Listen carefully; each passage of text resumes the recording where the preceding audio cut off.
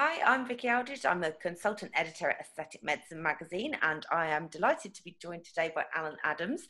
Alan is a business coach. He's the author of 3 books, and he's a regular speaker at Aesthetic Medicine Live at our business workshops. Has written for the magazine as well. Hi, Alan. Thanks for joining me. Yeah, no worries. Nice to see you again. Nice to see you. Virtually. And how are you adjusting to our new way of life that we're kind of all having to get used to at the moment? I know that you used to be in the Navy, and so has that prepared you for being in lockdown?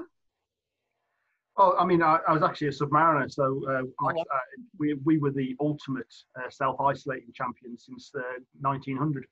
And so some of the stuff I learned on board is actually it's coming into really useful. You know, one of the big ones that I sort of you can do for yourselves that was so important on the sub was just having some sort of routine and sticking to it. You know, a routine was what sort of kept us going. I mean, we used to do like a 6 hours on, 6 hours off shift, which is just the worst shift in the world to be doing. You felt constantly tired, but having some sort of routine within that was what sort of kept us going through.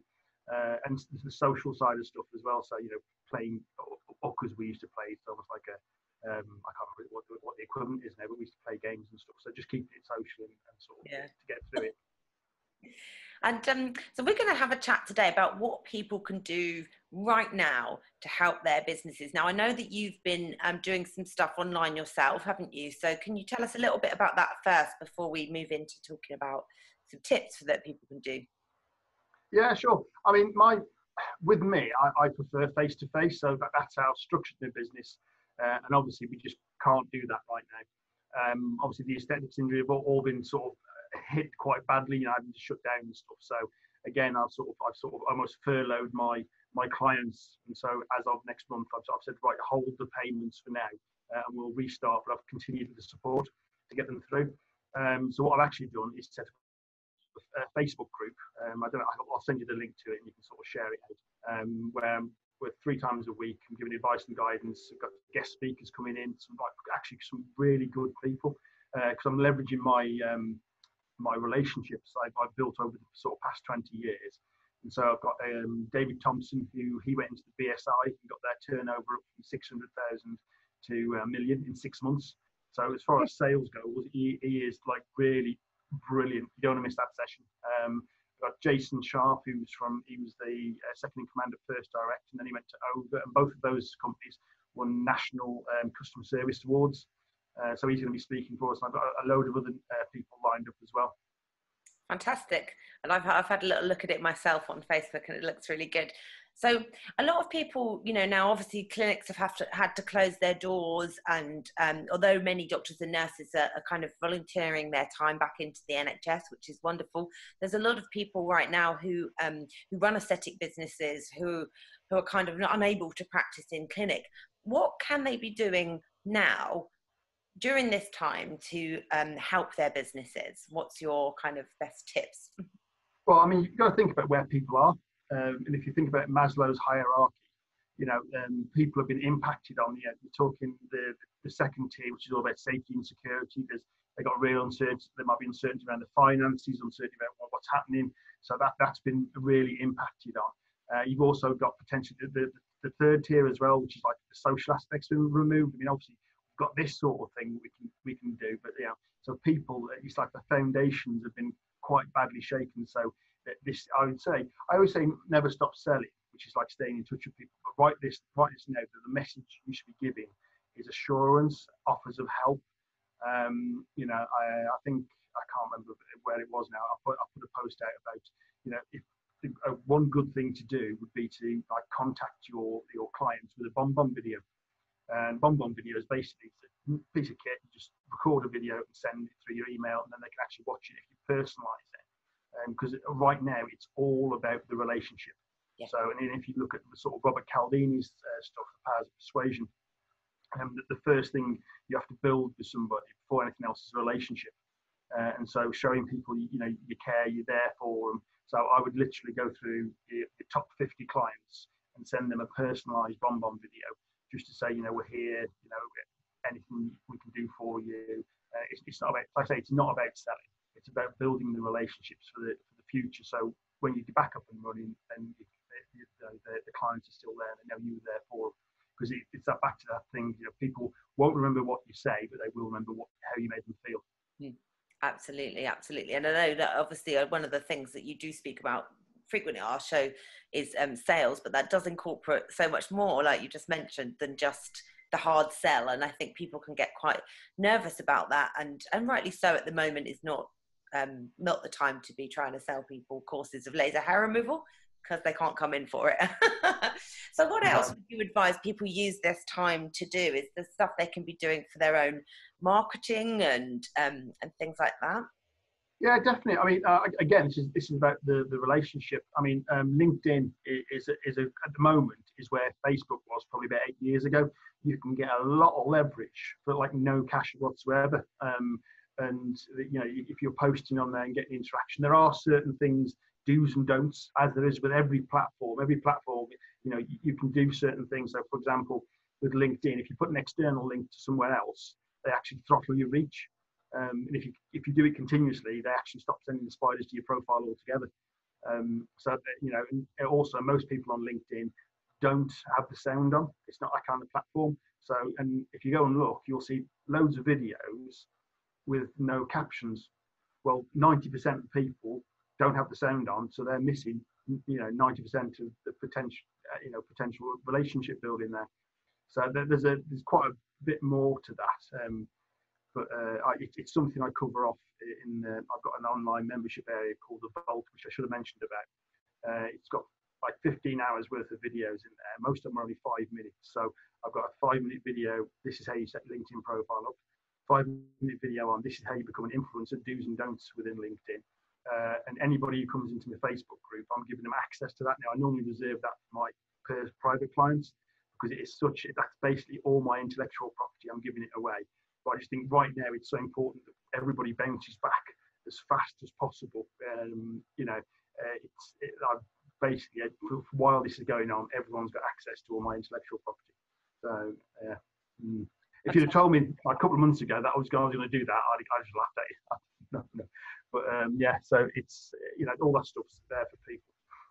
And from speaking to your clients, what do you think the biggest challenges people are facing at the moment are? Do you think it's, like you were saying about those different tiers, but what are your clients saying to you that specifically with the aesthetic clinics? Are they worried about having to let go of staff, of their businesses not recovering? What are you hearing from people? Yeah, I mean, it's the big thing is take the money, furlough your staff where you can.